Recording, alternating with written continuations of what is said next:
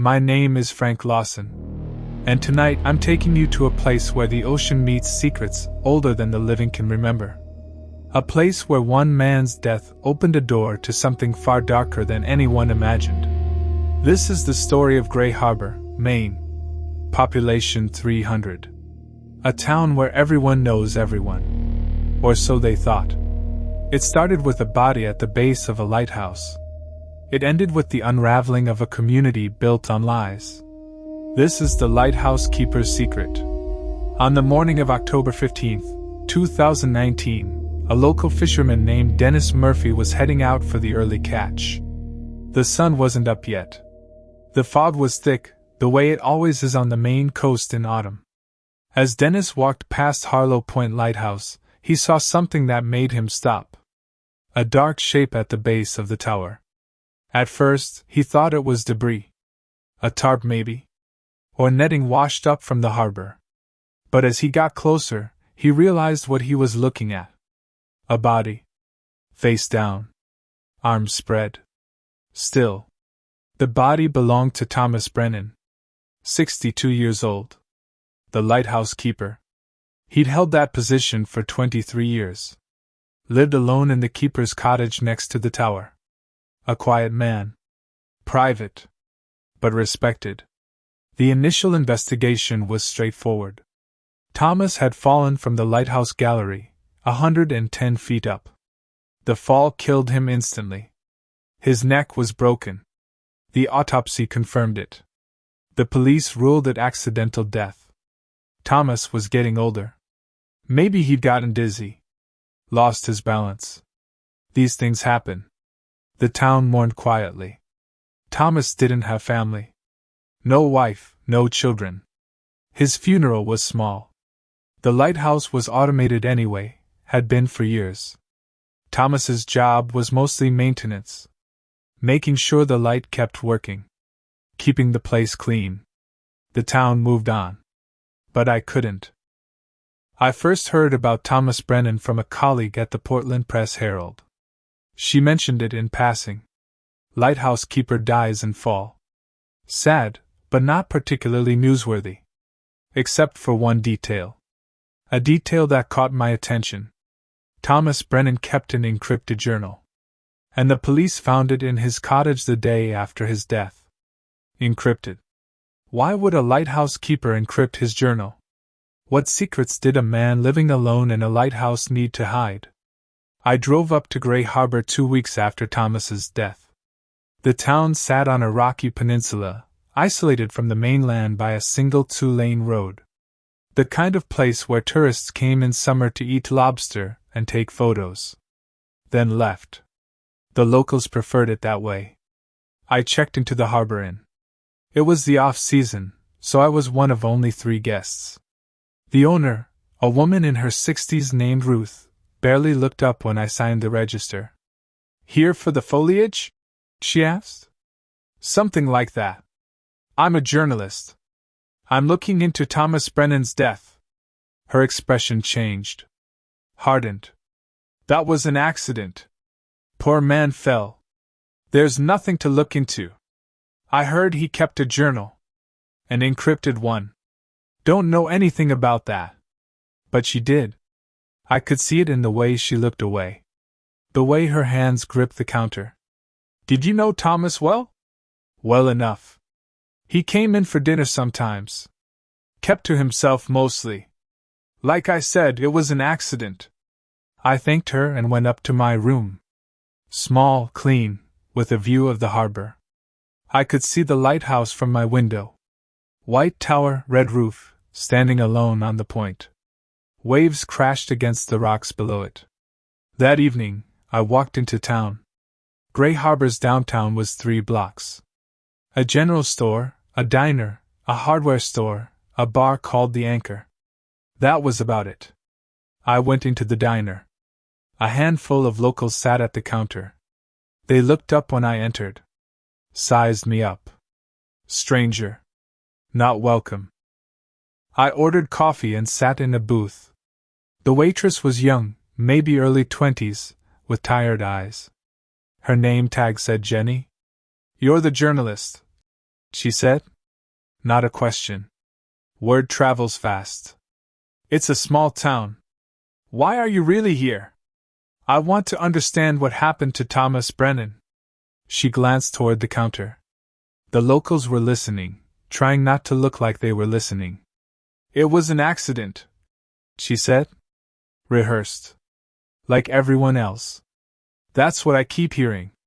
But nobody seems to want to talk about it. Jenny leaned in closer. Lowered her voice. Because there's nothing to talk about. Thomas fell.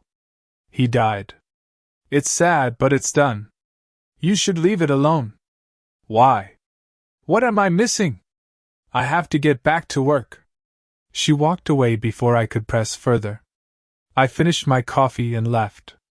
As I walked back toward the inn, I noticed something. People were watching me. From windows. From doorways. Not hostile exactly. But wary. Afraid maybe. What were they afraid of? The next morning, I drove out to Harlow Point. The lighthouse wasn't open to the public, but the grounds were accessible. I parked and walked up the rocky path. The keeper's cottage was small. 1 story, weathered shingles, a single chimney. Crime scene tape still crossed the door. The police hadn't cleared it yet. I walked around to the lighthouse itself. The door was locked. Heavy wood, reinforced. But there was a window at ground level, partially boarded up. I could see inside. Tools. Maintenance equipment. A spiral staircase leading up. You're trespassing. I turned. A man stood behind me. 50s, wearing a sheriff's uniform. Badge read Sheriff Paul Whitman. He was tall, broad-shouldered, with the kind of face that had seen too much sun and too much life. I'm Frank Lawson. I'm a journalist investigating. I know who you are. Ruth called me. Said you were asking questions about Thomas Brennan. I am. His death seems suspicious. It was an accident. Medical examiner confirmed it. Case closed. What about the encrypted journal? Sheriff Whitman's jaw tightened. That's police evidence. Not public information. Have you decrypted it? We're working on it. But that's none of your concern. I'm going to ask you nicely to leave Gray Harbor. We don't need journalists stirring up trouble. I'm not here to cause trouble. I'm here to find the truth. The truth is Thomas Brennan fell from a lighthouse and died. That's all there is to it. Now get off this property before I arrest you for trespassing. I left. But I wasn't leaving Gray Harbor. Not yet. Back at the inn, I did research.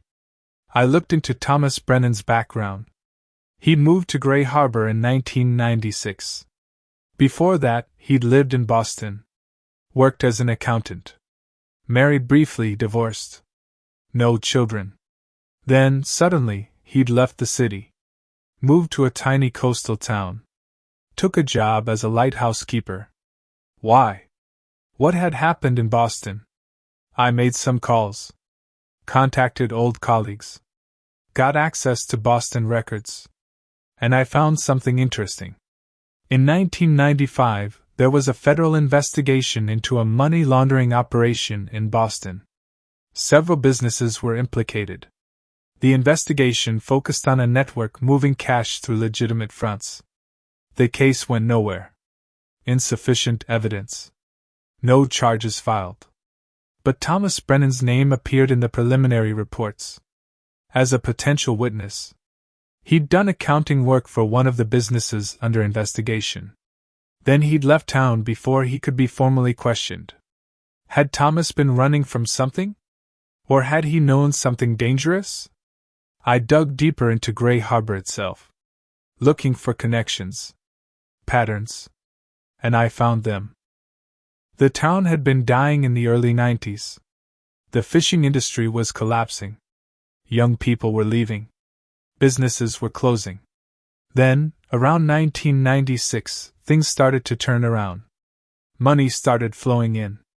The marina was renovated. The general store expanded. New businesses opened. Where had the money come from? I spent the next few days talking to people. Most wouldn't talk to me. But a few did. Quietly. Away from others. I met with Dennis Murphy, the fisherman who'd found Thomas's body. We sat in his boat at dawn. Thomas was a good man, Dennis said. Kept to himself, but good. I don't believe he just fell. Why not? Because Thomas was careful. Obsessive about safety. He checked every railing, every step. He wouldn't have just slipped. Do you think someone pushed him? Dennis looked out at the water. I think Thomas knew things. Things that made people nervous. What kind of things? The kind you don't talk about in Gray Harbor. Not if you want to keep living here peacefully. What happens if you talk? Nothing violent. Nothing obvious. But your boat might have engine trouble. Your credit at the store might dry up. You might find yourself unwelcome. This town takes care of its own. But only if you play by the rules. What are the rules? Don't ask questions. Don't make waves. And don't threaten the money. I met with Jenny from the diner again. This time at a park outside of town. She'd agreed to talk, but only if we weren't seen together. My grandfather is one of the town founders, she said. He's lived here his whole life. And he's terrified. Ever since Thomas died, he's been nervous. Jumpy. Why? Because he thinks it's starting again. What's starting again? Jenny hesitated. In the 90s, there were rumors about cargo coming through the harbor at night. Boats with no lights. Deliveries to the marina that weren't recorded. People said it was smuggling. Drugs, maybe. Or something worse. But nobody talked about it openly. And then it stopped. Or at least, we thought it did. You think it never stopped? I think it just got quieter. More careful. And I think Thomas knew about it. Maybe he kept records. Maybe that's what's in his journal. Who's involved? I don't know for sure. But it's not just one or two people. It's a lot of the town. The people with money. The people with power. Sheriff Whitman. The mayor. Business owners. They're all connected. And they all benefit. From what? I don't know. I've never wanted to know. But my grandfather, he told me once, when he'd been drinking, he said the town made a deal with the devil back in the 90s. Traded its soul for survival. And now the devil's come to collect. I needed to get into that journal. I needed to see what Thomas had recorded. But the police had it. And they weren't sharing. So I did something risky. I called in a favor from a hacker I'd worked with years ago. Gave him what information I had. Asked if he could access the police database remotely. He called me back 3 days later. I got into their system. Found the journal file. It's encrypted, but I cracked it. You're not going to believe what's in there. Tell me. Dates. Times. Boat registrations. Delivery schedules. Thomas was documenting everything. Shipments coming into Gray Harbor. Late at night. Through the marina. He tracked them for years. Opioids, Frank. Prescription opioids. Thousands of pills. Being smuggled in from Canada, distributed through Gray Harbor, then moved south. Portland. Boston. New York. My blood ran cold. Who's involved? According to Thomas's notes, it's a network. Coordinated by several people in town. Sheriff Whitman is mentioned. So is Mayor Douglas. A marina owner named Carl Peterson. A doctor named Harold Foster. And about a dozen others. They'd been running this operation for over 20 years. Why didn't Thomas report it? He tried. Look at the entries from 2017. He says he contacted the DA. Anonymously. Gave them information. But nothing happened. The investigation never materialized. Thomas suspected someone on the inside tipped off the operation. After that, he just kept documenting, building evidence, waiting for the right moment, I guess. And then he died. Yeah. His last entry was October 14th. The night before he died. It says shipment tonight. Midnight. The biggest yet. I'm going to get photos. Proof they can't ignore. Tomorrow, I send everything to the FBI. Thomas hadn't fallen. He'd been murdered. Killed before he could expose the operation. I copied everything the hacker sent me. Backed it up multiple times. Then I made a decision. I called the FBI. Not the local field office. The main office in Washington. I explained everything. Sent them the journal files. The evidence. They said they'd look into it immediately. Then I made another call. To my editor. Told her I had a major story. A smuggling operation in a small Maine town. Involving local law enforcement. She greenlit it immediately. Told me to write it up. But I needed one more thing. Confirmation. Physical evidence. I needed to see the operation myself. According to Thomas's journal, shipments came in twice a month. The next one was scheduled for 3 days from now. November 7th. Midnight. I decided to be there. The night of November 7th was cold. Fog rolled in off the ocean thick as wool. I dressed in dark clothes, grabbed my camera, and drove out to the harbor. I parked a quarter-mile away and walked. Stayed off the road. Moved through the tree line. The marina was dark except for a single light at the harbor master's office. I found a spot behind a stack of lobster traps and waited. At 11:45 I heard engines. Boats. Coming in from the ocean. Running without lights. 2 boats pulled up to the dock. Sleek. Fast. The kind you use for smuggling. 4 men disembarked. They worked quickly. Unloading crates from the boats. Stacking them on the dock. A truck pulled up. Headlights off. Sheriff Whitman got out. So did Mayor Douglas. And a man I recognized as Dr. Harold Foster. They supervised the unloading. Checked the crates. Made notes on a clipboard. I took photos. As many as I could. The boats. The crates. The faces. Then I heard a voice behind me. I was wondering when you'd show up. I turned. Carl Peterson, the marina owner. He was holding a shotgun. Not pointed at me. Not yet. You've been asking a lot of questions, he said. Making people nervous. We figured you'd try something like this. Sheriff Whitman walked over. Frank Lawson. You just don't learn, do you? I know what you're doing, I said. And so does the FBI. They have Thomas Brennan's journal. All of it. His documentation going back years. It's over. Whitman's face went pale. You're bluffing. Am I? Check your database. See if the journal file is still there. My contact accessed it days ago. Downloaded everything. It's already in federal hands. Agents are probably on their way here right now. Whitman pulled out his phone. Made a call. His expression grew darker. The file's been accessed. Copied. External source. Mayor Douglas swore.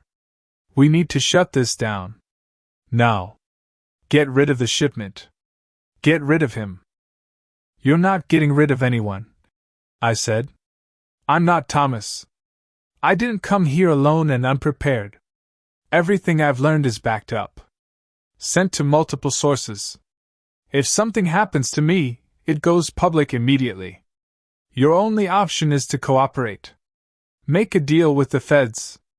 Otherwise, you're all going to prison for the rest of your lives. It was a bluff. Partially. I'd sent the files to my editor and the FBI, yes. But I didn't have the dead man's switch I was claiming. If they killed me right now, there'd be no automatic release. But they didn't know that. Whitman lowered his weapon. What do you want? The truth. On record. Who started this? How long has it been running? And what happened to Thomas Brennan? They looked at each other. Calculating. Trapped. Finally, Mayor Douglas spoke. It started in 1995. The town was dying. We were desperate. Carl had connections in Canada. Knew people who could get pharmaceutical opioids. Pills.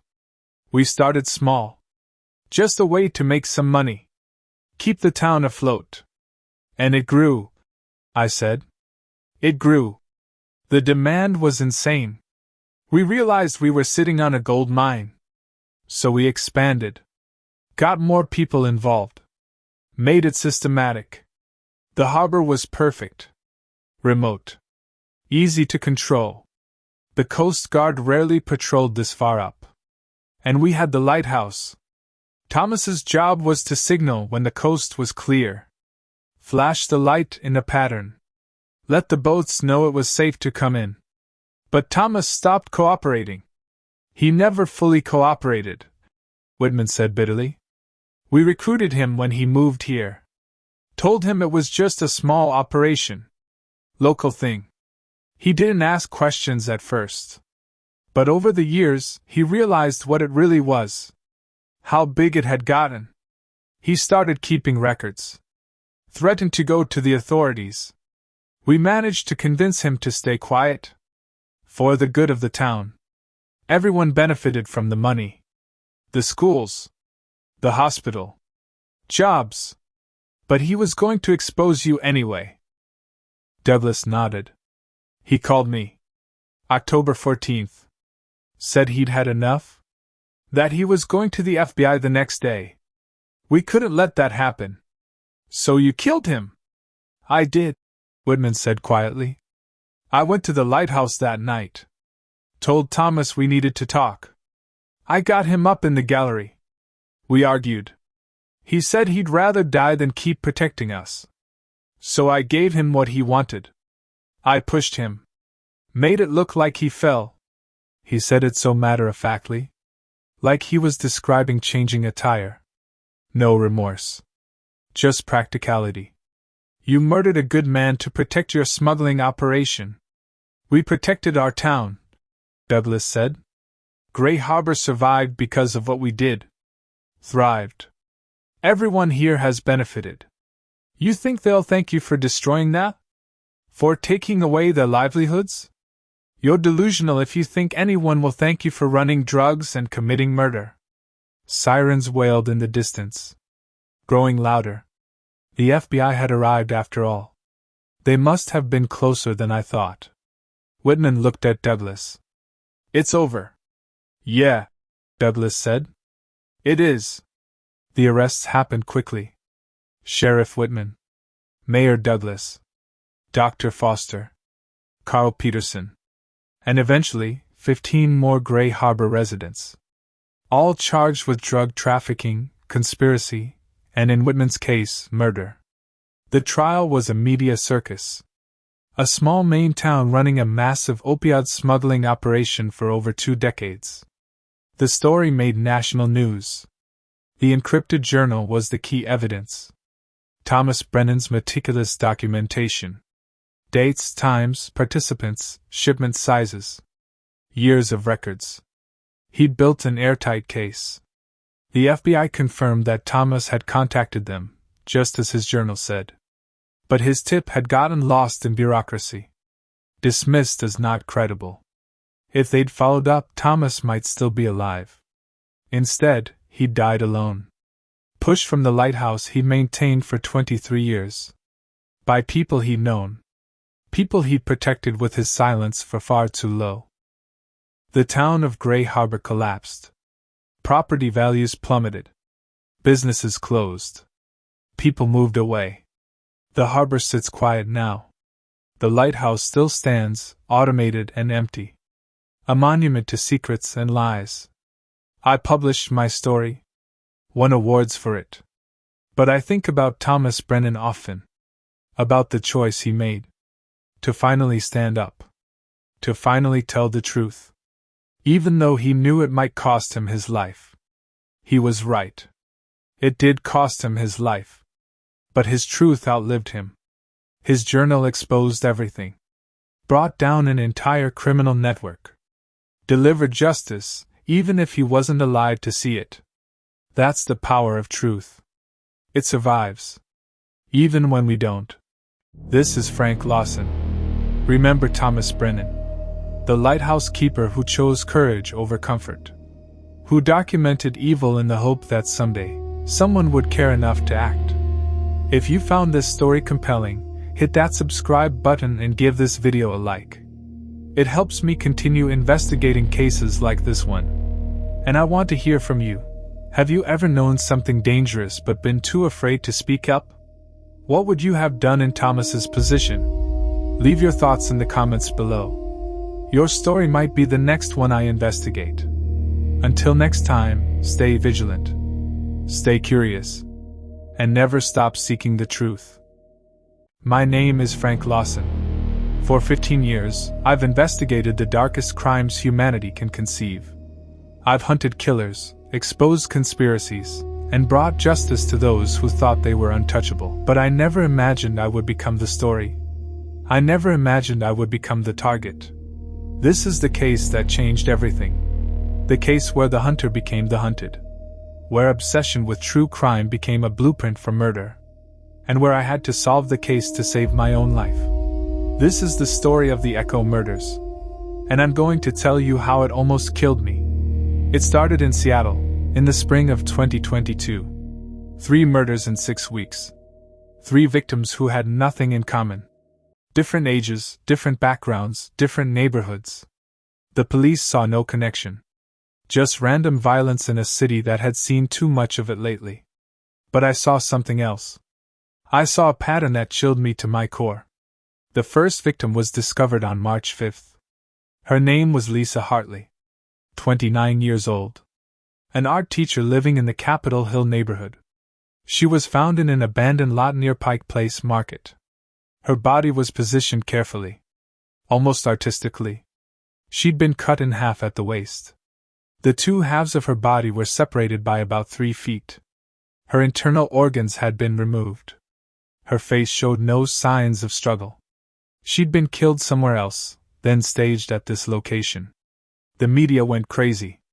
They called it the work of a sadistic killer. Headlines screamed about a monster loose in Seattle. The police said they were investigating all leads. I read about it in the news like everyone else. Horrible, I thought. Tragic. But not my story. Not yet. Then came victim number 2. April 9th. A month after Lisa Hartley. This victim was male. 34 years old. His name was Michael Torres. A software engineer who worked downtown. He was found in his car, parked near Green Lake. He'd been shot. Multiple times. But here's what was strange. The killer had left a note. Actually, several notes. Written in cipher. A code using symbols instead of letters. The police couldn't crack it. They released the cipher to the public, hoping someone could decipher it. I saw the cipher on the news. And something clicked in my mind. The pattern of symbols. The format of the message. I'd seen it before. Years ago. In my research. It was the Zodiac cipher. An exact copy of the code used by the Zodiac killer in the 1960s and 70s. One of America's most famous unsolved cases. I looked back at the first murder. Lisa Hartley. Cut in half. Organs removed. Positioned carefully. The Black Dahlia. Elizabeth Short. Murdered in Los Angeles in 1947. Her body cut in half, drained of blood, posed in a vacant lot. Never solved. Someone was recreating famous murders. Copying unsolved cases. Making echoes of the past. I called the Seattle Police Department. Asked to speak to whoever was leading the investigation. They connected me to Detective Sarah Martinez. I explained who I was. What I did. What I'd noticed. Mr. Lawson, we're aware of the similarities. she said carefully. We're exploring that angle. This isn't a copycat in the traditional sense, I said. This is someone obsessed with true crime. Someone who studies these cases. Knows the details. This is their twisted hobby come to life. We appreciate your input. If we need consultation, we'll reach out. She was polite but dismissive. I understood. Police don't like outsiders telling them how to do their jobs. Especially journalists. But I couldn't let it go. Because I knew what was coming next. If this killer was following the pattern I suspected, there would be more murders. More echoes. And they'd escalate. I started my own investigation. I reviewed everything I could find about the 2 Seattle murders. I compared them to the original cases. The details matched too perfectly to be coincidence. Lisa Hartley. Black Dahlia. Body bisected, organs removed, no sexual assault, killed elsewhere and staged. Michael Torres. Zodiac victim. Shot in a car near water, coded message left behind, seemingly random target. The killer was following a script. But whose script? And why? I needed to understand the psychology. I needed to get inside this person's head. I started researching online communities dedicated to unsolved murders. Forums where people discussed theories, shared information, argued about suspects. These communities were vast. Thousands of amateur sleuths obsessing over cold cases. Most of them were harmless. True crime enthusiasts with too much time and too much internet access. But somewhere in these communities, I believed, was a killer. Someone who'd crossed the line from obsession to action. I created accounts on several forums. Posed as a fellow enthusiast. Started asking questions. Who's the most knowledgeable about these cases? Who really knows the intimate details? Names kept coming up. Power users. People who posted constantly, who seemed to have encyclopedic knowledge of famous murders. I made a list. Started narrowing it down. Then came victim number 3. May 2nd. 3 weeks after Michael Torres. This victim was a woman. 38 years old. Her name was Rebecca Walsh. A real estate agent who lived in the Queen Anne neighborhood. She was found in her home, positioned in her bed. She'd been strangled. Manually. With bare hands. The positioning was specific. Her body arranged peacefully, hands folded across her chest. Her bedroom had been cleaned meticulously. No signs of forced entry. No signs of struggle. She'd let her killer in willingly. The scene was staged to look like natural death. Like she'd simply gone to sleep and never woken up. But the autopsy revealed the truth. Strangulation. Petechial hemorrhaging in the eyes. Bruising on the throat. I knew this case immediately. The Boston Strangler. 13 women killed in Boston between 1962 and 1964. Strangled in their homes. Bodies arranged peacefully. The killer gained entry by posing as a maintenance worker or official. Albert DeSalvo confessed, but doubts remained. The case was never conclusively solved. The city was in panic now. 3 murders in 2 months. All echoing famous unsolved cases. No clear motive. No suspects. No leads. Detective Martinez called me. Mr. Lawson, I think we need your help. I met her at the precinct. She looked exhausted. Dark circles under her eyes. Coffee cup permanently attached to her hand. You were right, she said. We have a serial killer recreating famous unsolved murders. We've confirmed the connections. Black Dahlia, Zodiac, Boston Strangler. All of them. She's escalating, I said. The timeline is getting shorter. A month between the first 2. 3 weeks to the third. She's gaining confidence. Or losing control. Either way, there'll be another murder soon. She? You think it's a woman? The Boston Strangler staged his victims to look peaceful. Arranged. That takes a different kind of mind. And the lack of forced entry with Rebecca Walsh suggests she trusted her killer. Women are statistically more likely to let another woman into their home without suspicion. We need to stop her before that happens. You know these cases. You know how these communities work. Help us find her. I've already started. I've been monitoring online forums. There are 5 users who stand out. People with deep knowledge of these specific cases. People who've been active right up until each murder, then goes silent for a few days after. I showed her my list. 5 names. Well, usernames. Cold case obsessive. True crime sleuth. Justice watcher. Dark historian. Unsolved mysteries. We'll need to track their IP addresses, Martinez said. Get warrants. That takes time. I can do it faster. I have contacts. People who can trace digital footprints without official paperwork. She looked at me. I didn't hear that. Good. I spent the next week digging. My contact, a hacker who owed me a favor from an old story, traced the 5 usernames. 3 were out of state. Easy to eliminate based on the timeline. One was a 67-year-old man in a nursing home. Unlikely. That left 1. Unsolved mysteries. The IP address traced to Seattle. Capitol Hill neighborhood. Close to where Lisa Hartley lived. Close to where she was found. The account belonged to Emily Sanderson. 29 years old. PhD student in forensic psychology at the University of Washington. Her dissertation topic: the psychology of copycat killers and criminal obsession. I pulled up everything I could find on her. Social media profiles. Academic publications. Photos. She looked normal. Pretty. Smiling in pictures with friends. Nothing screamed serial killer. But that's the thing about killers. They don't look like monsters. They look like us. I went deeper. Her dissertation research included extensive study of unsolved cases. The Black Dahlia. The Zodiac. The Boston Strangler. She'd interviewed families of victims. Visited crime scenes. Collected evidence from public records. She knew these cases inside and out. She had access to information most people didn't.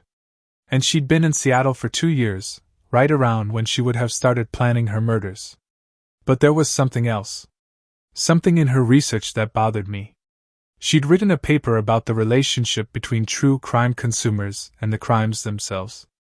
About how studying violence can blur the line between observer and participant. One quote stood out. The ultimate understanding of a crime comes not from studying it, but from experiencing it. From walking in the killer's shoes. I called Martinez.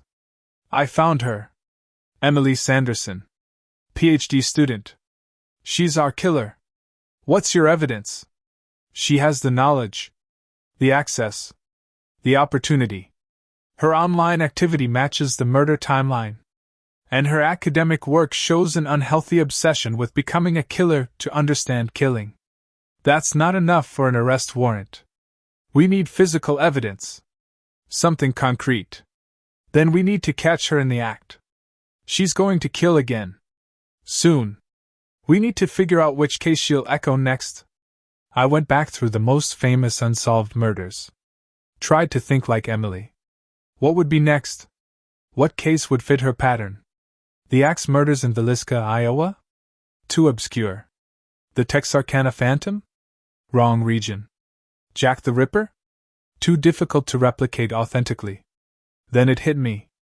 There was one case that every true crime enthusiast knew. One case that had consumed me for years. One case that had made my career as an investigative journalist. The Riverside Strangler. A serial killer I'd investigated and helped capture 8 years ago. My biggest story. The case that made my reputation. 3 women murdered in Riverside, California. Strangled with a unique knot pattern. Bodies left in public places with my business card placed on them. The killer had been taunting me. Playing games. Making it personal. I'd worked with police to profile him. Predict his patterns. And eventually, I'd figured out his identity. A man named Thomas Whitmore. 42 years old. High school teacher. Married with 2 kids. No one suspected him until I put the pieces together. The arrest had been dramatic. Media frenzy. Book deals. Whitmore was convicted on 3 counts of murder. Life in prison without parole. It was the case that defined me. And Emily Sanderson knew it.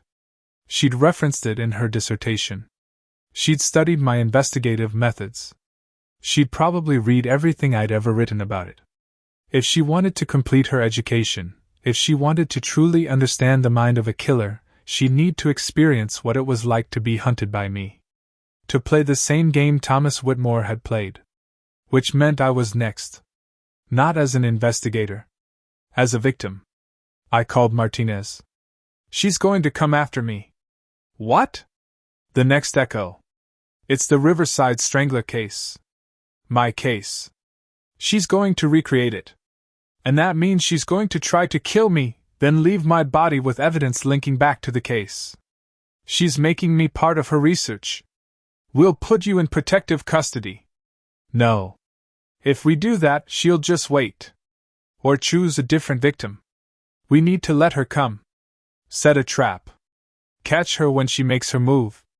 You're talking about using yourself as bait. I'm talking about ending this before another innocent person dies. Martinez didn't like it. But she agreed. We set up surveillance. Plainclothes officers watching my apartment. My office. Following me at a distance. Waiting for Emily to make contact. 3 days passed. Nothing. I went about my normal routine. Coffee shop in the morning. Office during the day. Home at night. Always aware. Always watching. On the 4th night, I got an email. From an account I didn't recognize. The subject line was simple. Let's talk about murder. I opened it.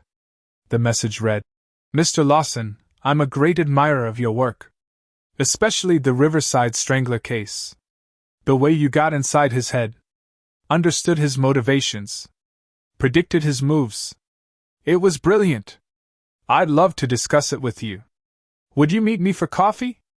I'm a student studying criminal psychology. Your insights would be invaluable for my research. Emily Sanderson. She was bold. Using her real name. Asking to meet in public. Playing the innocent student angle. I forwarded the email to Martinez. Then I replied, I'd be happy to meet. How about tomorrow? 3 p.m. at the coffee shop on Pine Street? She responded within minutes. Perfect. I look forward to it. The trap was set. The next day, I arrived at the coffee shop early. Martinez and 2 other detectives were already there, posing as customers. Undercover officers were stationed outside. Everyone was ready. Emily walked in at exactly 3 p.m. She looked just like her photos.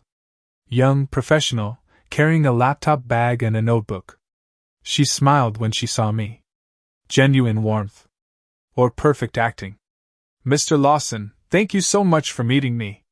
She sat down across from me. Ordered a latte. Made small talk about the weather. I studied her. Looking for signs. Nervousness. Calculation. Malice. I saw nothing. She seemed perfectly normal. So you're studying criminal psychology? I said. Yes. Specifically copycat behavior. Why some people feel compelled to recreate the crimes of others. It's fascinating from a psychological standpoint. Is it? I find it disturbing. Oh, it is. Absolutely. But understanding disturbing things is how we prevent them. Don't you think? I suppose. What specifically about copycat killers interests you? She leaned forward. Her eyes bright. Engaged. The motivation. Most copycats are trying to relive someone else's fantasy. They lack originality. But the truly interesting ones, they're not copying out of admiration. They're copying to understand. To educate themselves. To become better at something. Better at killing? Better at the psychology of it. The methodology. The execution, if you'll pardon the pun. I felt cold. She was telling me. Explaining her motivation right to my face. Confident I couldn't prove anything. Have you studied recent cases? I asked. Or just historical ones? Oh, both. Historical cases are educational, but recent ones are more relevant. The techniques have evolved. Forensics have improved. Killers have to be smarter now. Like the Seattle murders. The ones echoing famous cold cases. Her expression didn't change. Yes. Fascinating, isn't it? Someone with extensive knowledge recreating these crimes. Almost like a dissertation brought to life. You think it's for education? I think it's someone trying to complete their understanding. To go from theory to practice. Academic knowledge only takes you so far. Eventually, you have to test your hypotheses in the real world. That's a dangerous philosophy. Is it? You did the same thing with the Riverside Strangler. You got inside his head. Thought like him. Predicted his behavior. You became him in a way. That's how you caught him. I didn't become him. I understood him. There's a difference. Is there? She smiled. I wonder. I glanced at Martinez. She was watching intently, hand near her concealed weapon. Waiting for probable cause. A confession. A threat. Something actionable. Emily, why did you really want to meet me? I told you. To discuss your work. No. You wanted to see me up close. To study me. Because I'm going to be your next echo. You're planning to recreate the Riverside Strangler murders. And I'm the target. She didn't deny it. She just kept smiling. You're very perceptive, Mr. Lawson. That's what makes you good at what you do. But perception isn't evidence, is it? I know you killed Lisa Hartley. Michael Torres. Rebecca Walsh. I know you staged them to match the Black Dahlia, the Zodiac, the Boston Strangler. And I know you're not done. Prove it. I will. She stood up. Collected her things. This was enlightening. Thank you for your time. I should go. I have research to do. She walked out. Martinez and the other detectives moved to follow her, but I stopped them. Don't. Not yet. We don't have enough. She knows that. If we arrest her now, she'll lawyer up, and we'll never get a conviction. We need to catch her with evidence. Catch her in the act? She just admitted it to your face, Martinez said. She hinted. She played games. But she never said I killed those people. Her lawyer would tear apart anything we tried to use from that conversation. We need more. That night I went home. Double-checked all my locks. Set up my security cameras. Kept my phone close. If Emily was coming for me, I needed to be ready. I also did something else. Something risky. I called someone I hadn't spoken to in years. Thomas Whitmore. The Riverside Strangler. He was still in prison. Still serving life. I'd visited him once since his conviction, to interview him for an article. He'd enjoyed talking to me. Reliving his crimes. Explaining his twisted logic. I called the prison. Requested a phone call with inmate Whitmore. They patched me through. Frank Lawson. His voice was smooth. Educated. The voice of a teacher, not a killer. This is a surprise. What brings you back into my life? I need your help. He laughed. Why would I help you? You put me in here. Because someone is copying you. Copying me. Copying our whole story. And I think you want to know about that. You don't strike me as someone who likes being plagiarized. Silence. Then, tell me more. I explained about Emily. About the Echo murders. About her plan to recreate his crimes with me as the victim. Interesting, he said. A student of the craft. I'm almost flattered. But you're right. I don't appreciate imitation. What I did was unique. Original. This girl is just painting by numbers. Help me understand her. Help me predict what she'll do next. Why should I? Because if she succeeds, she becomes more famous than you. Her story overshadows yours. You become a footnote in her narrative. His ego wouldn't allow that. I knew it. And I was right. She'll come for you soon, he said. Within 48 hours. That's when she's most excited. Most confident.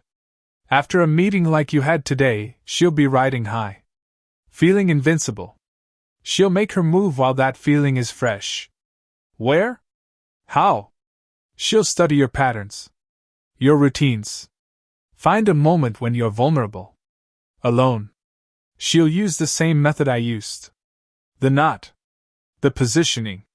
But here's what you need to understand, Frank. She's not doing this to understand killing. She's doing it to understand you. She's obsessed with you, not with murder. You're the final piece of her education. What does that mean? It means she won't kill you quickly. She'll want to talk. To understand how you think. How you caught me. She'll see it as a meeting of minds. You're her mentor, whether you want to be or not. Use that. When she comes, engage her. Make her talk. The more she talks, the more time you buy. And the more evidence you create. You're helping me so your ego stays intact.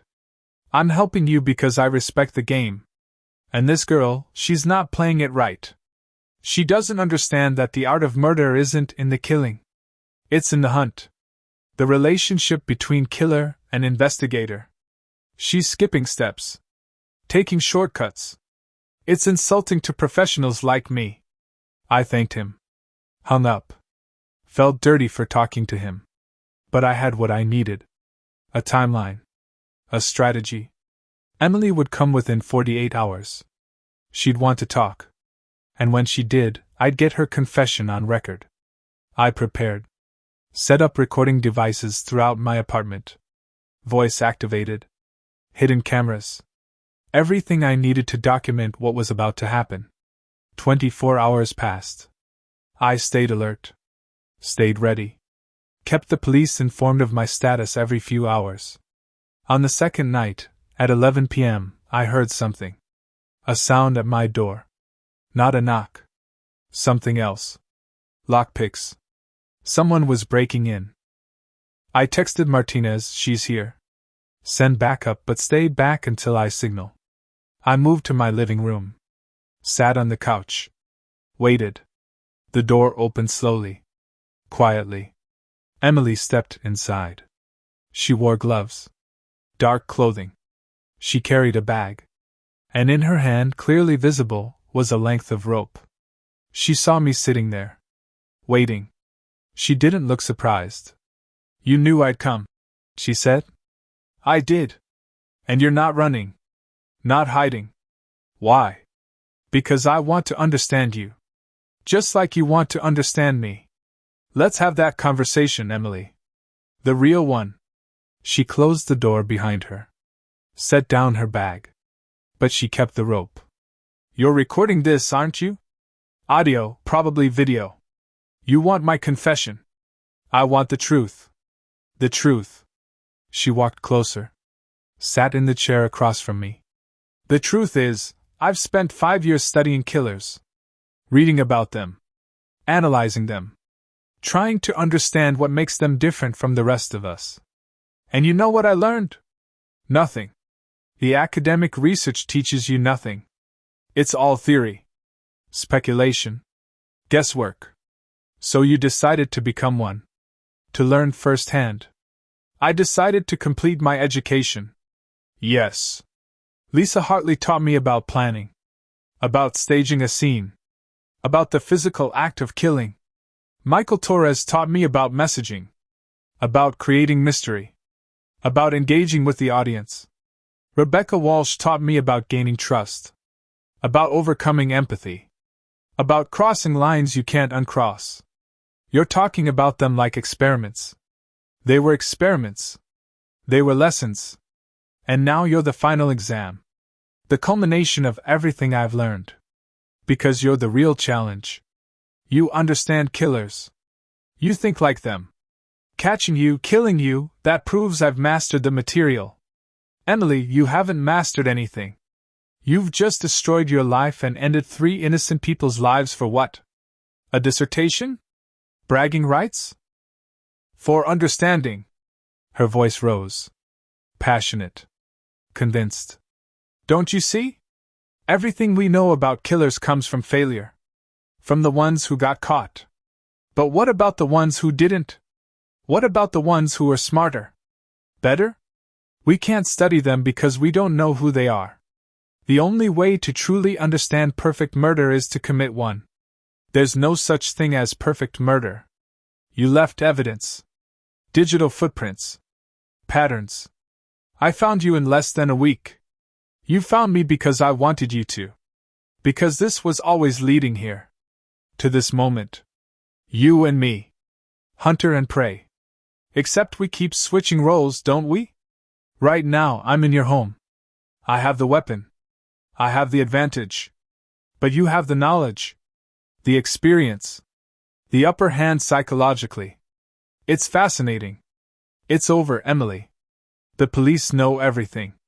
They're outside right now. You're not leaving here in handcuffs or in a body bag, but you're not leaving free. She looked at the windows. Calculating. I could kill you before they breach the door. I could at least complete that part. Prove I could do it. You could try. But Thomas Whitmore told me something. He said you're not obsessed with murder. You're obsessed with me. With understanding how I think. You don't really want to kill me. You want to talk to me. To be acknowledged by me. To have me recognize you as an equal. Her expression shifted. Vulnerable for the first time. Is that so wrong? You've spent 15 years hunting people like me. You've built a career on understanding killers. Doesn't that make you part of the same spectrum? We're not so different, Frank. We're both obsessed with death. With violence. With the darkest parts of human nature. The only difference is I admitted it. I embraced it. You hide behind journalism and justice. The difference is I've never killed anyone. I've never taken a life to satisfy my curiosity. That line matters, Emily. That line is everything. Is it? Or is it just convenient morality? You profit from murder just like I do. You just let other people do the killing first. Before I could respond, the door burst open. Martinez and 4 officers stormed in, weapons drawn. Emily Sanderson, you're under arrest for the murders of Lisa Hartley, Michael Torres, and Rebecca Walsh. Put the rope down. Put your hands on your head. Emily looked at me. Not at the police. At me. Did I pass the test, Frank? Did I teach you anything? You taught me that intelligence without empathy is just sophisticated cruelty. That understanding darkness doesn't require becoming it. And that you're not a scholar, Emily. You're just another broken person who chose to break others. They arrested her. Read her rights. Led her away. She didn't resist.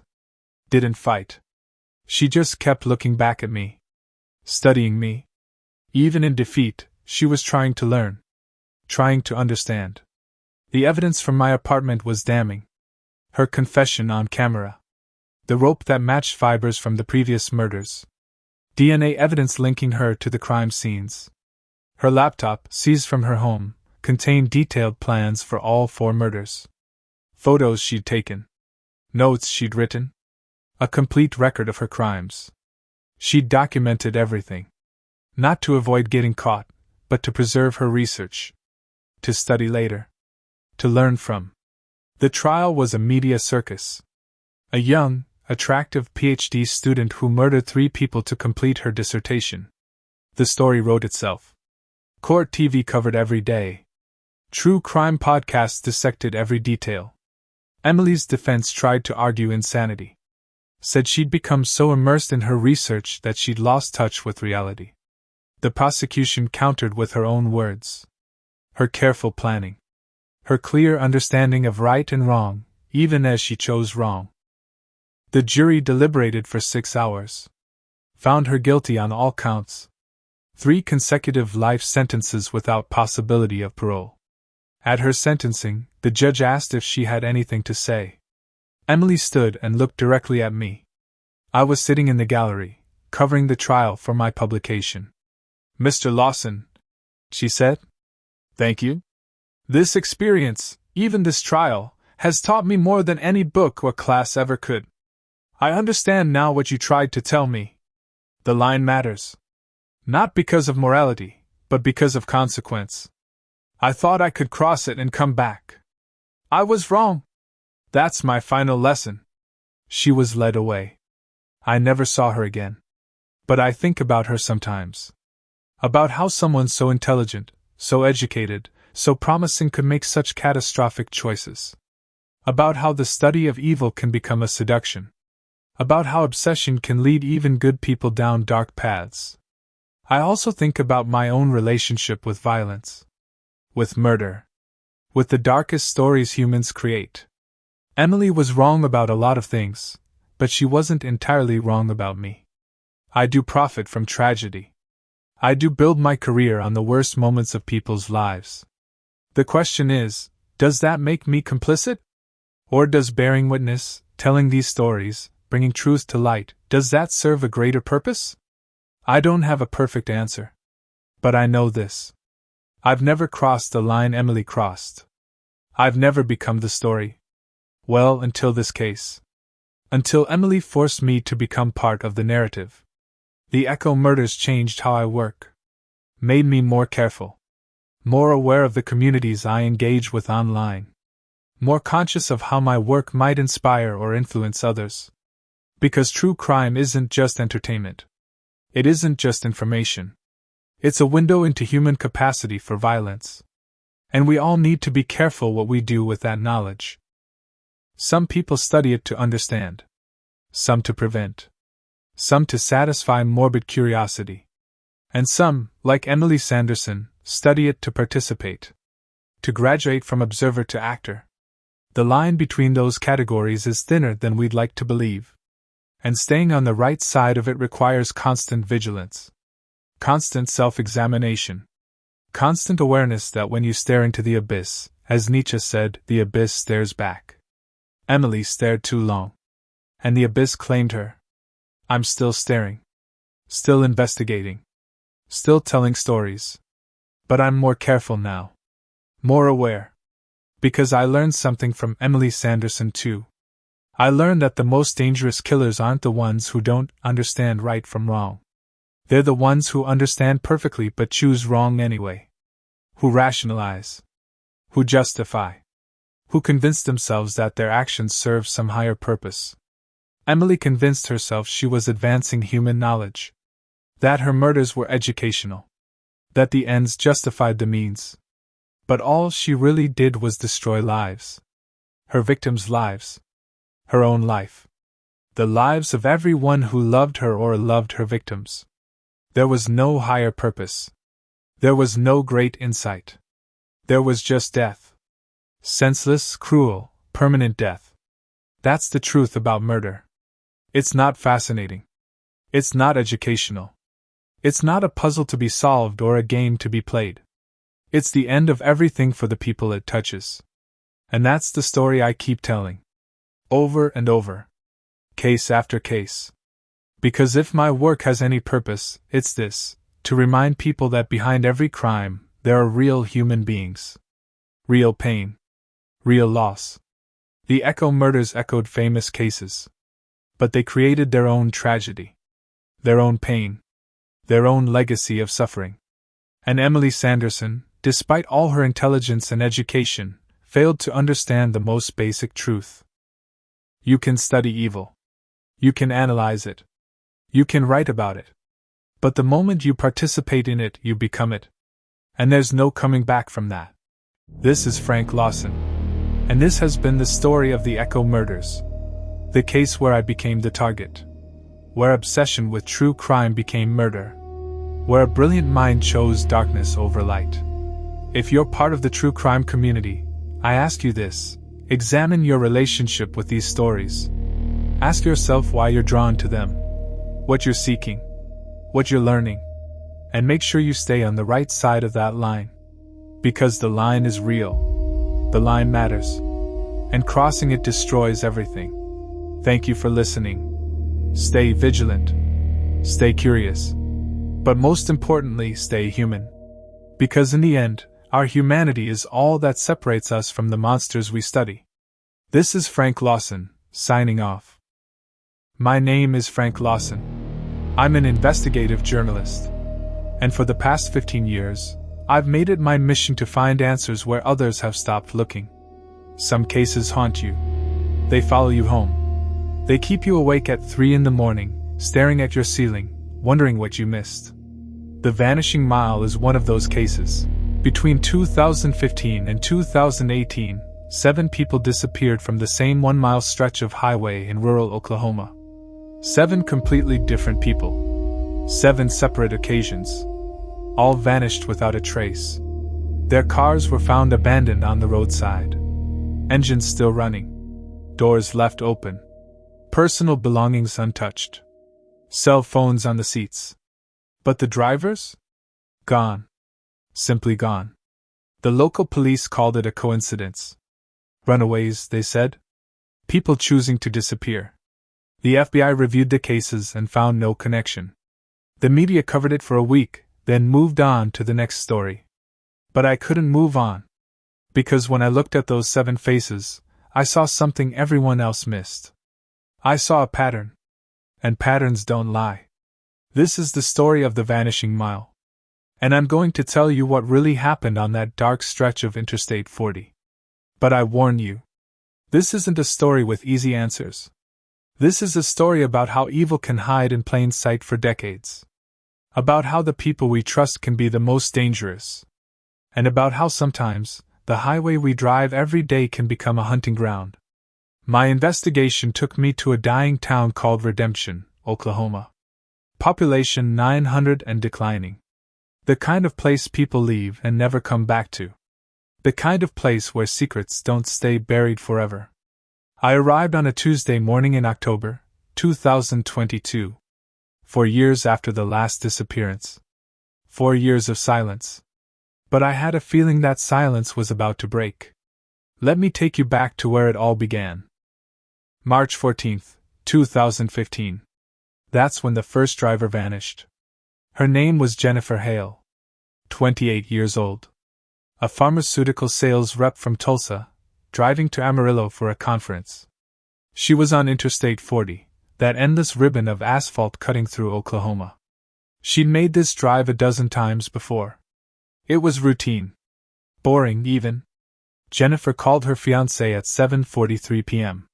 She said she was making good time. She'd be in Amarillo by 10. She sounded happy. Normal. That was the last time anyone heard her voice.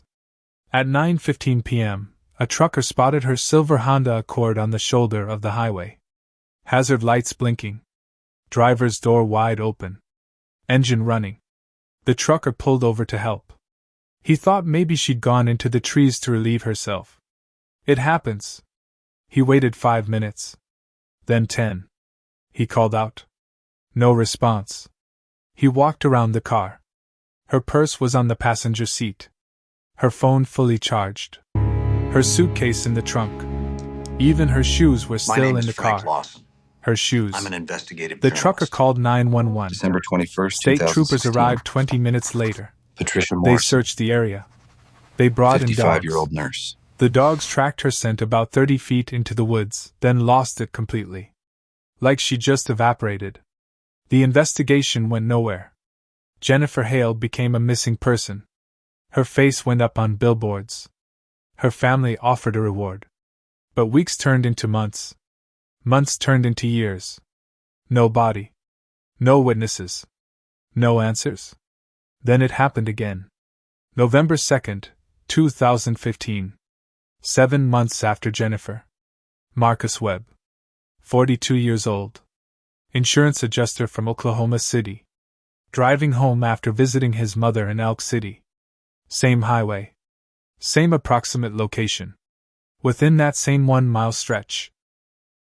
His black Ford F-150 was found at 6:30 a.m. by a highway maintenance crew. Parked on the shoulder. Engine off this time, but keys in the ignition. Door open. Marcus's coffee cup was still warm in the cup holder. His breakfast sandwich half eaten. His reading glasses on the dashboard. Marcus Webb vanished somewhere between his mother's house and home. Somewhere on that dark highway. The search went the same way as Jennifer's. Dogs, helicopters, volunteers combing the area, Nothing. Marcus was gone. The police still weren't calling it a pattern. 2 disappearances, 7 months apart, different circumstances. It could still be coincidence, they said. But then came victim number 3. April 19, 2016.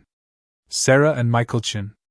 A couple in their 60s, retired teachers from Kansas, driving cross-country in their RV. They'd been documenting their trip on social media, posting photos of roadside attractions, diners, sunsets.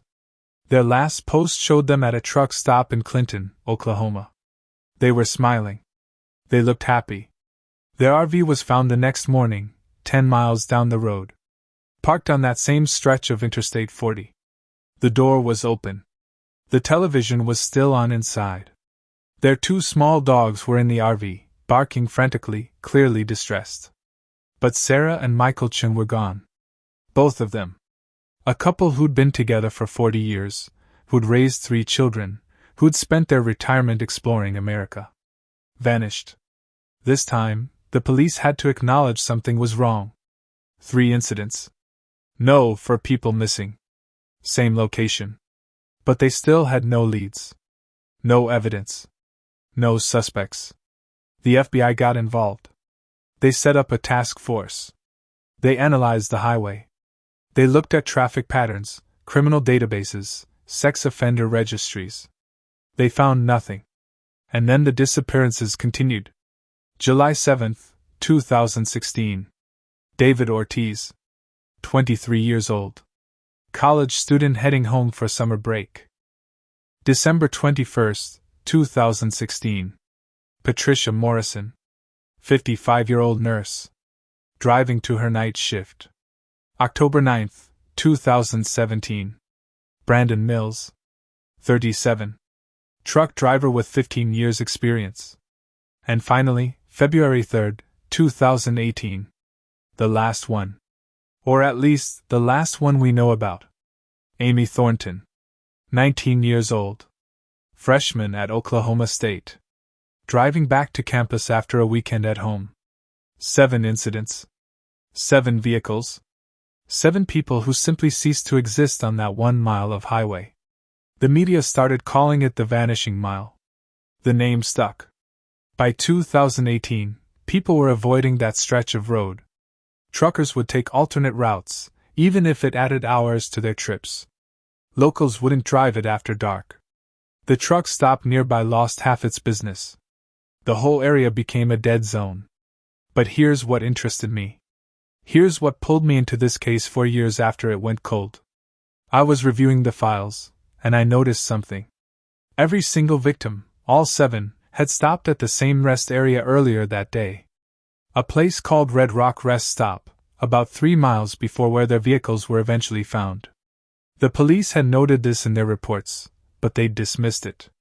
Of course they'd stop there, the thinking went. It's the only rest area for 50 miles. Everyone stops there. It's not a clue. It's just a coincidence. But I don't believe in coincidences. Not 7 times in a row. So I went to Redemption, Oklahoma. The closest town to the Vanishing Mile. A place that time forgot. A place where people still talked about the disappearances in whispers, like saying the words too loud might make it happen again. I checked into the Sunset Motel. 12 rooms, half of them empty. The clerk, a woman named Betty who looked about 70, recognized my name from the email reservation. "You're the journalist," she said. It wasn't a question. "That's right. You hear about the highway?" "I am." She handed me a key attached to a plastic tag with a faded number 6. "People tried to figure it out before. Couldn't. Don't know why you'd be any different. Maybe I'll get lucky," I said. Betty looked at me with tired eyes. "Luck ran out of this town a long time ago, Mr. Lawson. But you're welcome to try. Room's $35 a night. Continental breakfast from 6 to 9. Though it's just coffee and stale donuts, if I'm being honest." I took my bag to room 6. It smelled like cigarettes and regret. The bed sagged in the middle. The television got 3 channels. It was perfect. I've worked in worse places. I spread my files across the bed. 7 faces looked up at me. Jennifer, Marcus, Sarah and Michael, David, Patricia, Brandon, Amy. 7 lives interrupted. 7 families destroyed. 7 mysteries waiting to be solved. I started with the rest stop. Red Rock rest stop. If all 7 victims stopped there, that's where I needed to begin. I drove there the next morning. It was exactly what you'd expect. A small parking lot, maybe 20 spaces. A cinder block building with restrooms. A few vending machines. A faded map of Oklahoma behind plexiglass. Everything looked forgotten. Neglected. There were 2 cars in the lot. One was a beater with Oklahoma plates, probably someone using the bathroom. The other was a semi-truck, the driver sleeping in the cab. I walked around. I took photos. I studied the layout. The rest stop sat in a shallow valley, surrounded by scrubby vegetation and red dirt. The highway was visible from here, cars rushing past at 70 miles an hour, none of them stopping. There was nothing obviously sinister about the place. But then, there never is. Evil doesn't announce itself. I was about to leave when I noticed something. Behind the building, partially hidden by overgrown weeds, was an old pay phone. I walked over to it. The phone itself was long dead, the receiver dangling by its cord. But there was something else. Scratched into the metal of the phone booth, barely visible, were words. I had to squat down and angle my head to read them. Help was scratched there. And below it, a date. March 14th, 15. March 14th, 2015. The day Jennifer Hale disappeared.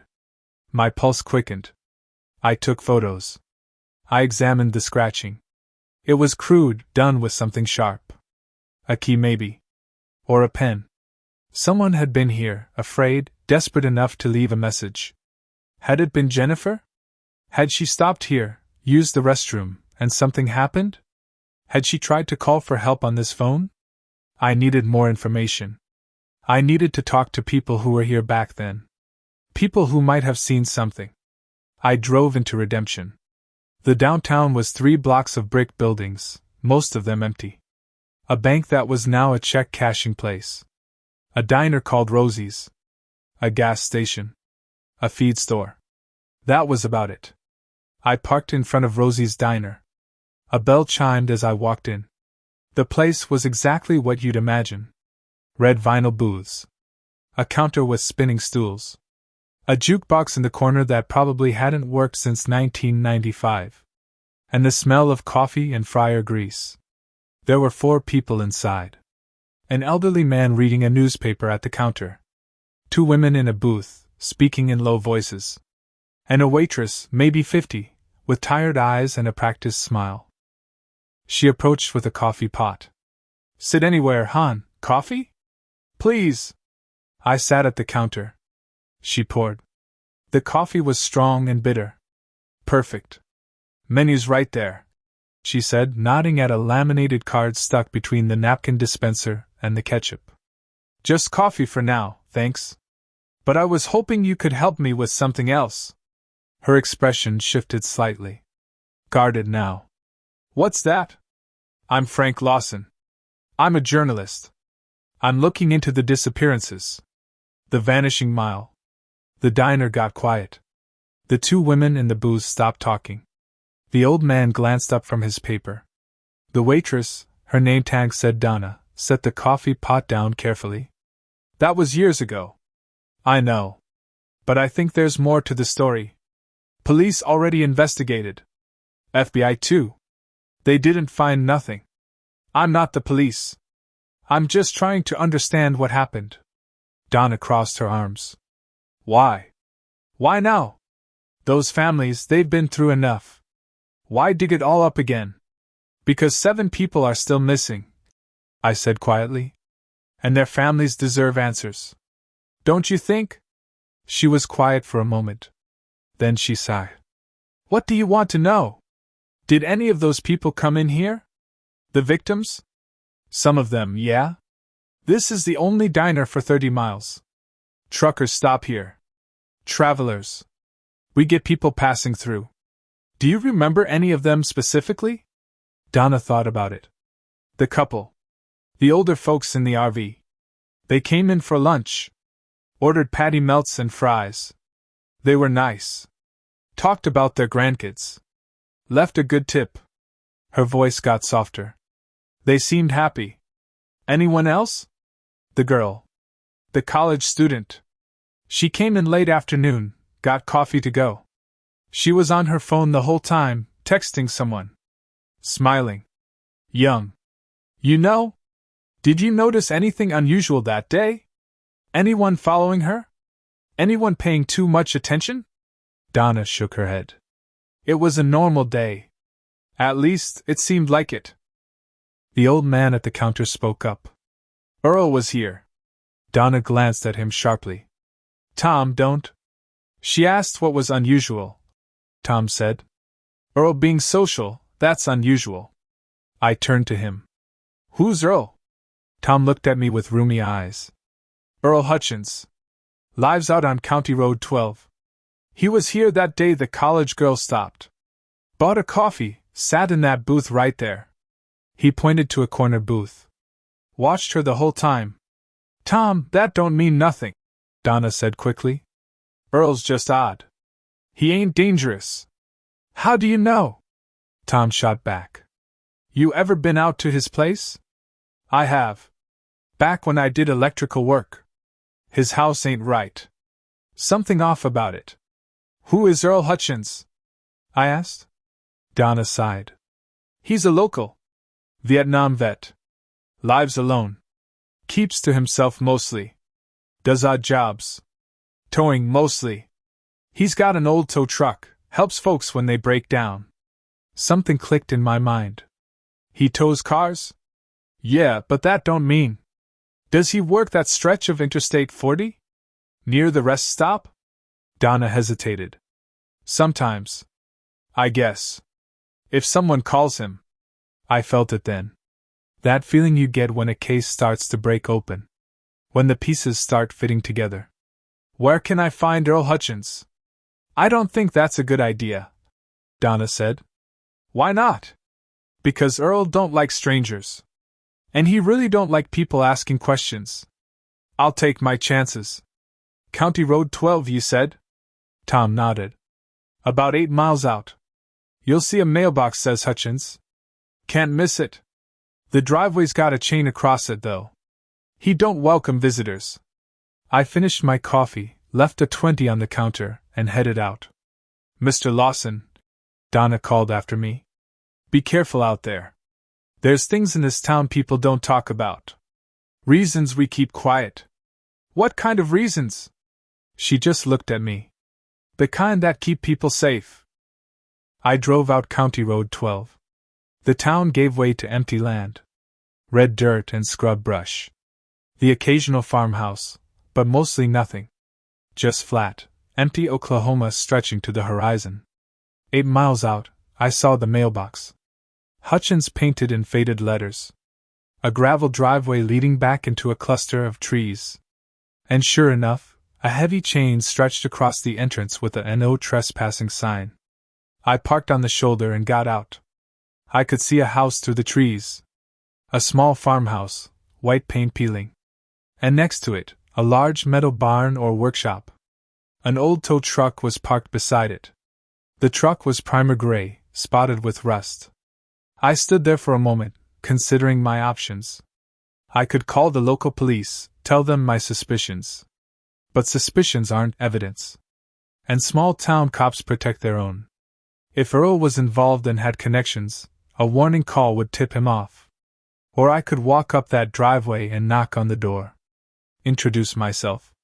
Ask some questions. See how Earl Hutchins reacted. I chose the latter. I stepped over the chain and walked up the gravel drive. It was quiet out here. No traffic noise. No birds. Just the sound of my footsteps on gravel and wind moving through dry grass. As I got closer, I could see the property in more detail. The house was small and plain. Curtains drawn. No lights on inside even though it was overcast and gloomy. The barn was bigger than I'd thought, maybe 40 feet long. It had regular doors on one end and a large rolling door on the other. The tow truck was interesting. It was old, maybe from the 1980s. The kind of truck you see in rural areas, passed down through generations, kept running with spare parts and stubbornness. I knocked on the front door of the house. Waited. No answer. Knocked again, harder. Still nothing. I walked around the side toward the barn. That's when I heard it.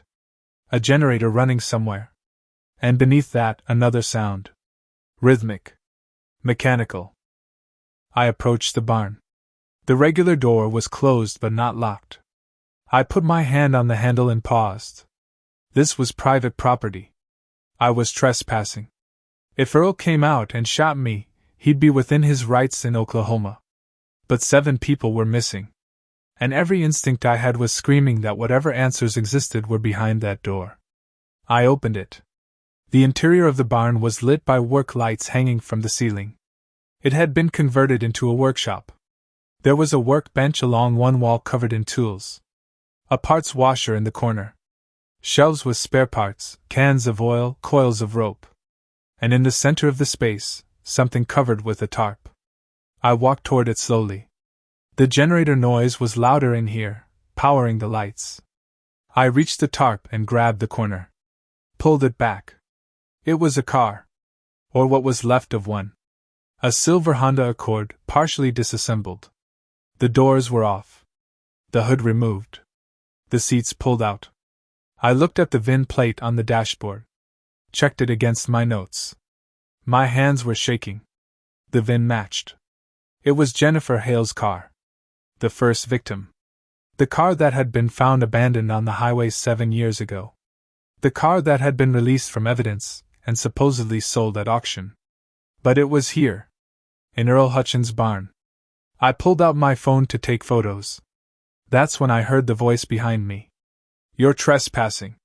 I turned slowly. Earl Hutchins stood in the doorway.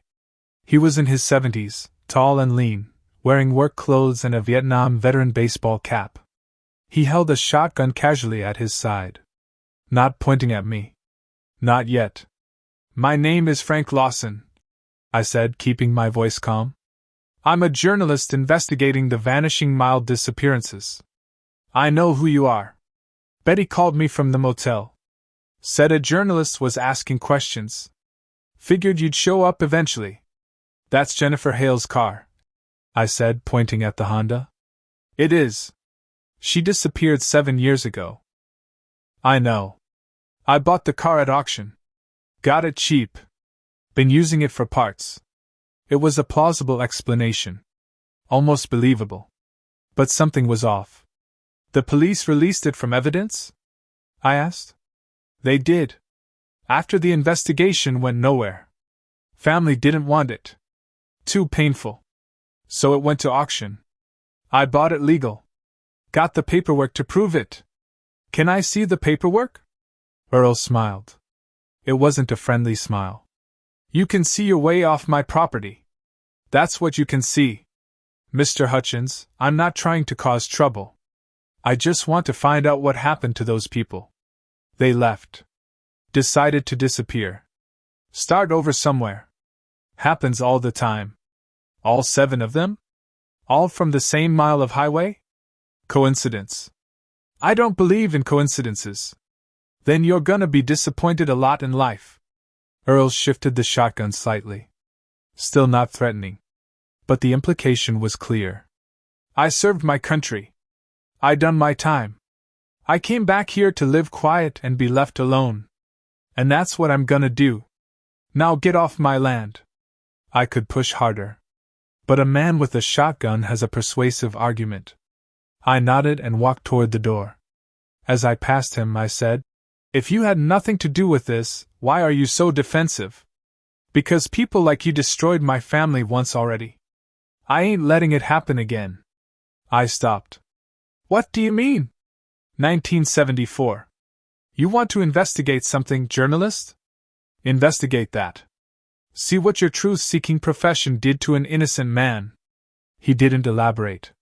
Just waited until I walked out, then closed the barn door behind me. I heard a lock click. I walked back to my car, my mind racing. I had more questions now than answers. But I had something. A thread to pull. Back at the motel, I opened my laptop and started searching. Earl Hutchins. 1974. Oklahoma. It took an hour, but I found it. Newspaper archives from the Redemption Gazette. Local man acquitted in child disappearing. The article was from December 1974. A 6-year-old girl named Susan Merrick had disappeared from a park in Redemption. The investigation focused on a local mechanic named Joseph Hutchins, Earl's father.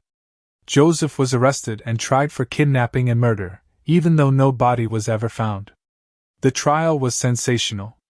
The town turned against the Hutchins family. Joseph's wife left him. His business was vandalized. People threatened violence. And then, after a 3-week trial, Joseph Hutchins was acquitted. Lack of evidence. No body. No physical proof connecting him to the crime. The jury deliberated for 2 hours and found him not guilty. But the damage was done. Joseph's life was destroyed. According to a follow-up article from 1976, he died of a heart attack at age 48. The article implied it was the stress that killed him. The suspicion. The whispers.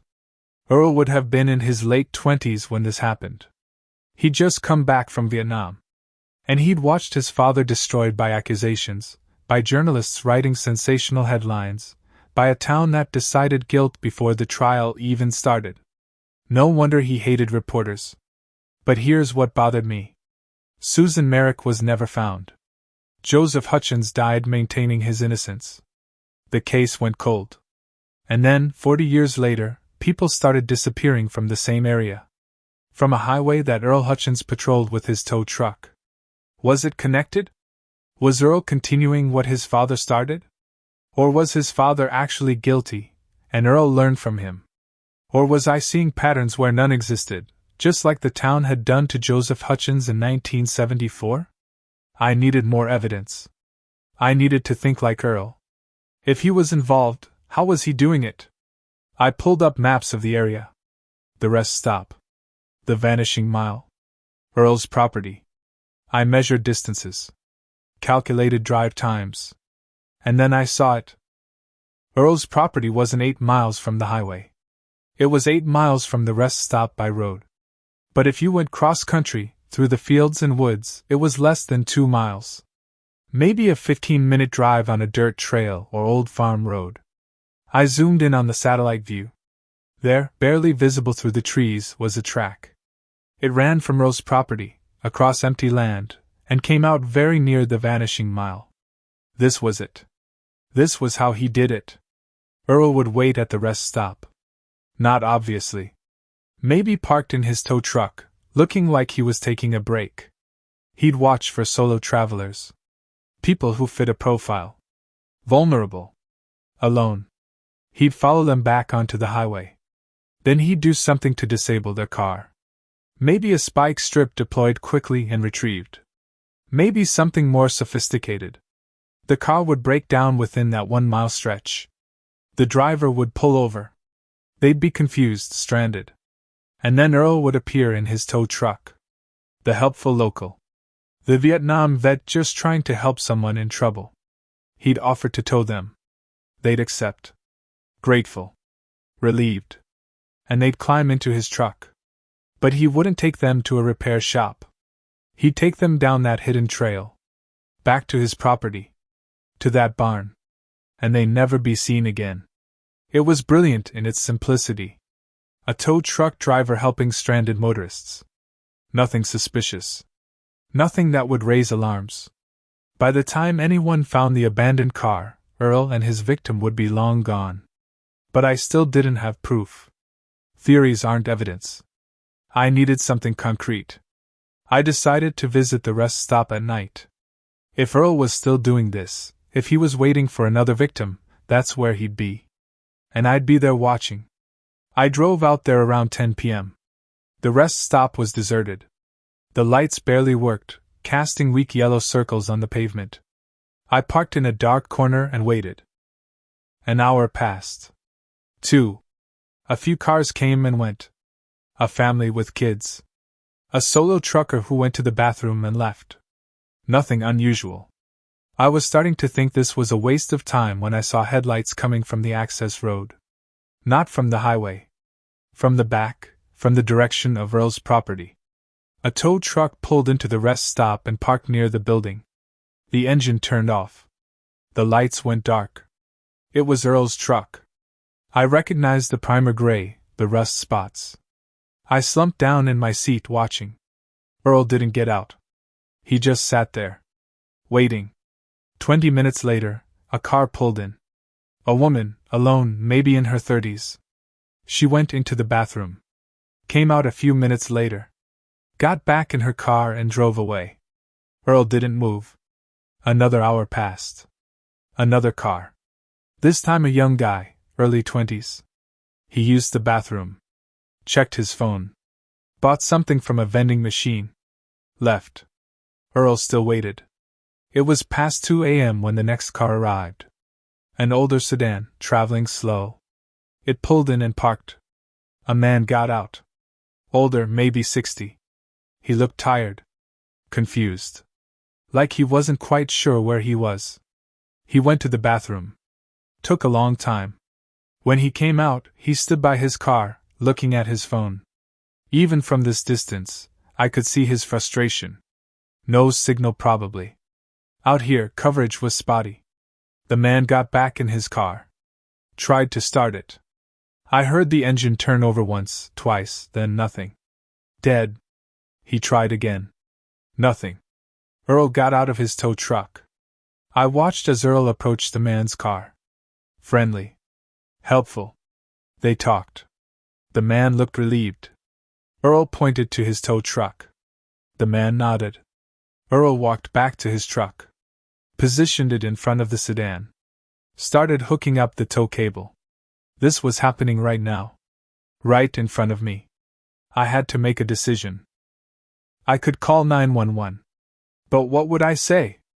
A tow truck driver is helping a stranded motorist? That's not a crime. And by the time police arrived, they'd be gone. Earl would have taken the man to his property.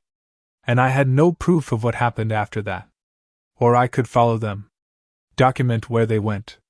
What happened? Get evidence. I started my car and pulled out, keeping my lights off. Earl's tow truck pulled out of the rest stop with the sedan in tow. He didn't turn toward town. He turned onto a small dirt road I hadn't noticed before. The same road he'd come from. I followed at a distance. The road was rough, barely maintained. We were going cross-country now, away from the highway. Deeper into the empty land.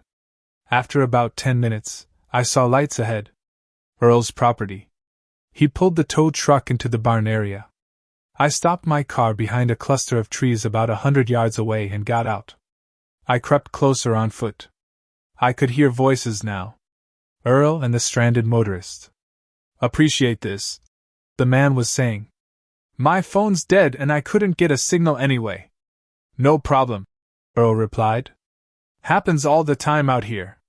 I'll take a look at your car, see what's wrong. Probably just a battery. You can wait in the house. Got coffee on? That'd be great. I've been driving for hours. They walked toward the house. I heard a door open and close. I moved closer to the barn. The tow truck was parked outside, the sedan still attached. I pulled out my phone and took photos. Then I crept to the barn door and listened. I heard the generator running. Heard movement inside. Then Earl's voice talking to someone. But the other voice wasn't the stranded motorist. It was a woman's voice. Weak. Frightened. Please, the voice said. Please let me go. My blood ran cold. There was someone already in there. Someone Earl was holding captive. I had to get help.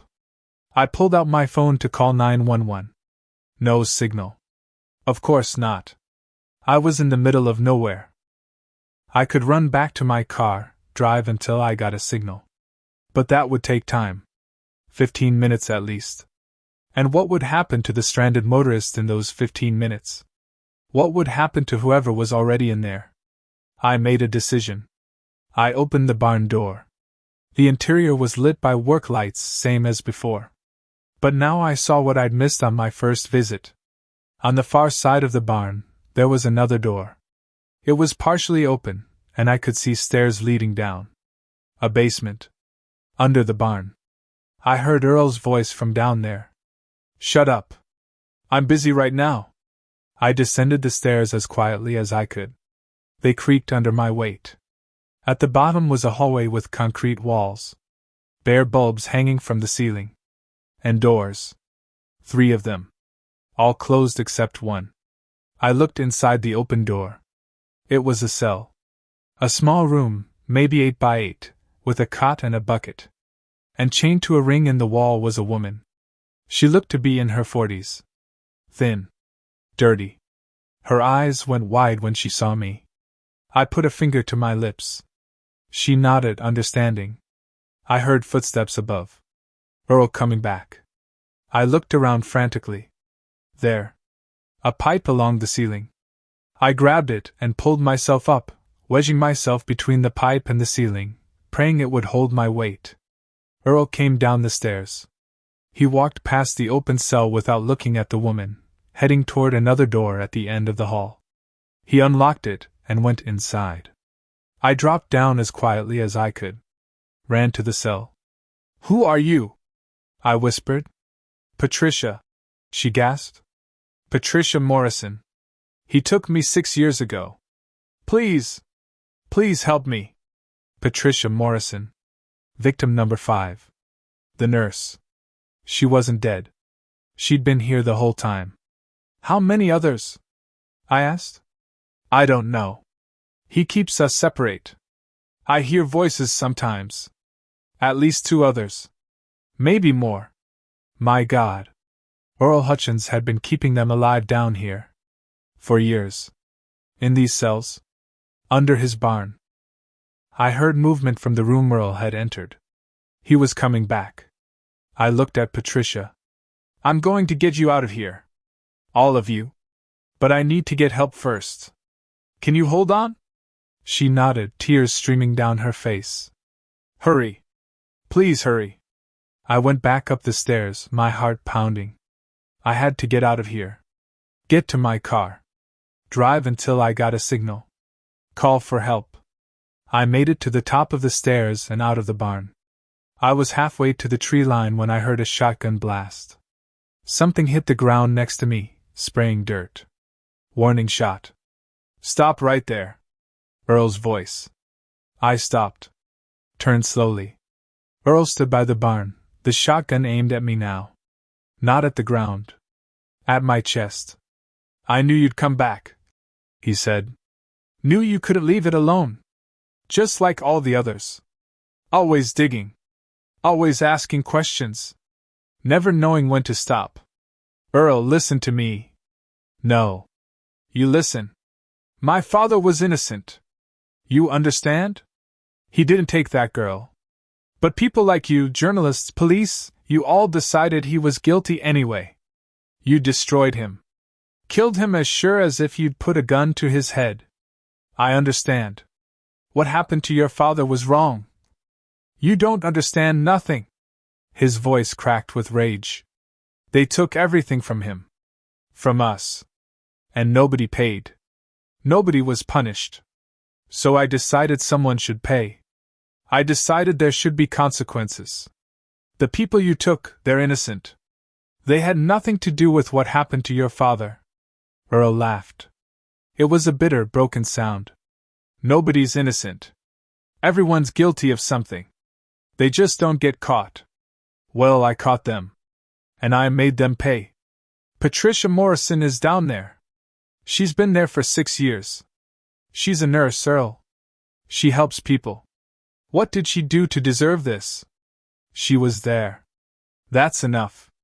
They're all guilty of being there. Of existing. Of living their lives while my father rotted in the ground." I realized then that Earl was insane. Not Hollywood crazy. Real insane. The kind born from trauma and isolation and decades of festering resentment. There would be no reasoning with him. I had one chance. I dove to the side just as Earl fired. The shot went wide. I scrambled behind the tow truck, using it as cover. Another shot. The truck's window exploded. I ran for the tree line, zigzagging, making myself a harder target. Another shot. Another miss. I reached the trees and kept running. Behind me, I heard Earl shouting. Heard him pursuing. I made it to my car. Fumbled with the keys. Got the door open. Started the engine. Earl emerged from the trees, reloading the shotgun. I threw the car in reverse and floored it. The car fishtailed on the dirt road. Another shot, and my rear window shattered. But I was moving. Accelerating. Getting distance. I drove like hell down that dirt road, branches scraping the sides of the car. Finally reached the paved county road. Turned toward town. Kept checking my mirror. No headlights behind me. I drove 5 miles before I got a cell signal. Pulled over and called 911. 911, what's your emergency? My name is Frank Lawson. I'm on County Road 12, about 5 miles from Redemption. I've just escaped from Earl Hutchins' property. He's been holding people captive. The Vanishing Mile victims. They're alive. They're in cells under his barn. You need to send everyone.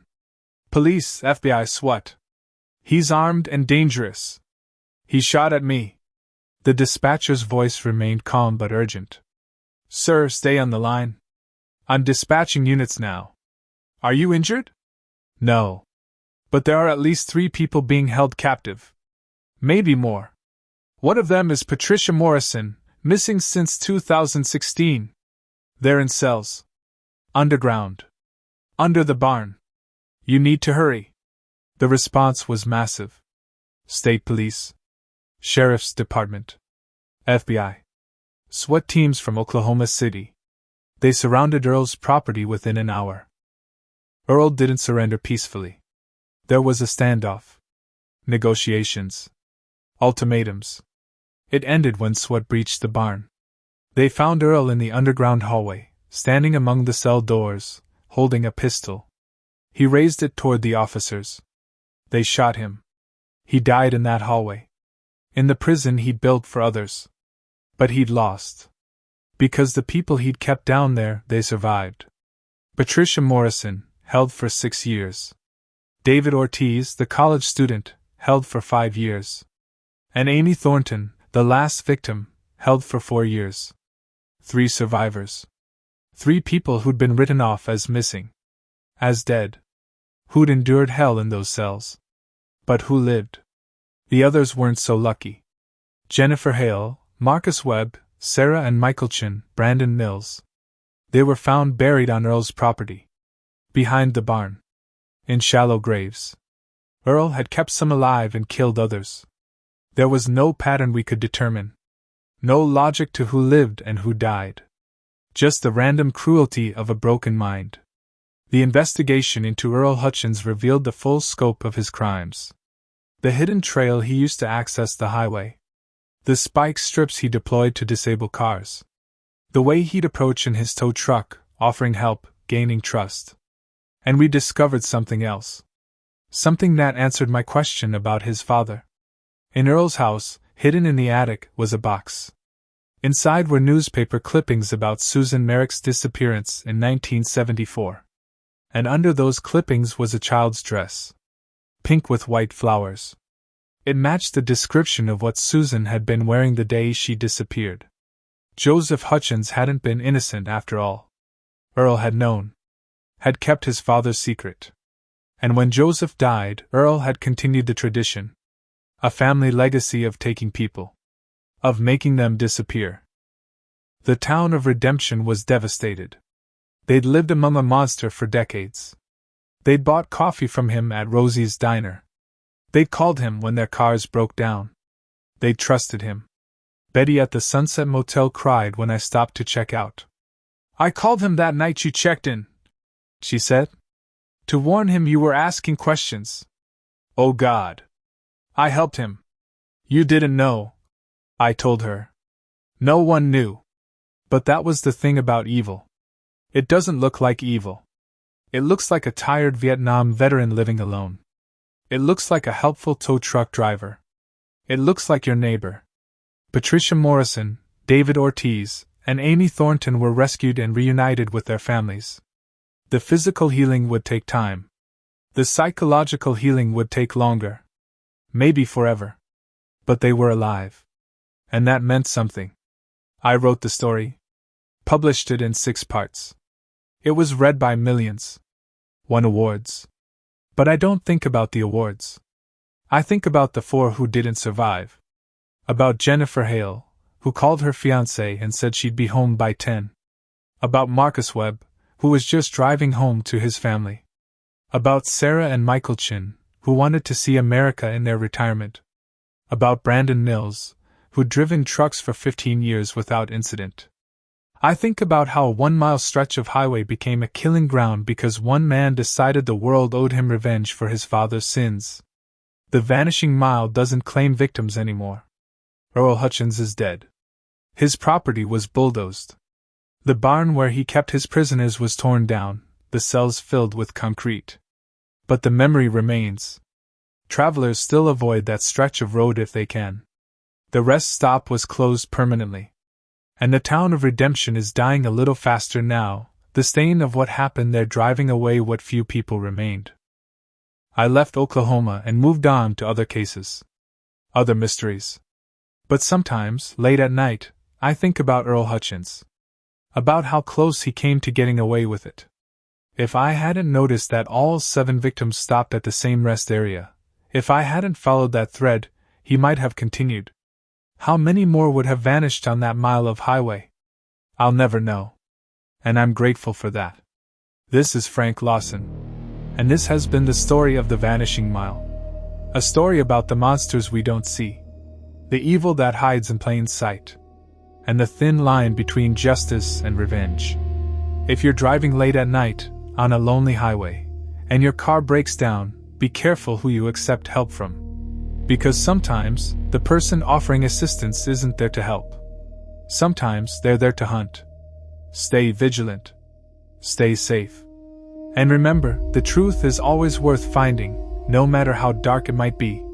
Next time, I'm taking you inside Maplewood Retirement Home, where 12 elderly residents died in their sleep over 8 months.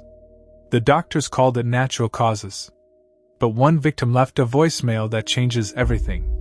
Someone is stealing my memories. Join me as I go undercover to expose a killer hiding behind Mercy. That's the Memory Thief, and you won't want to miss it. Thank you for listening.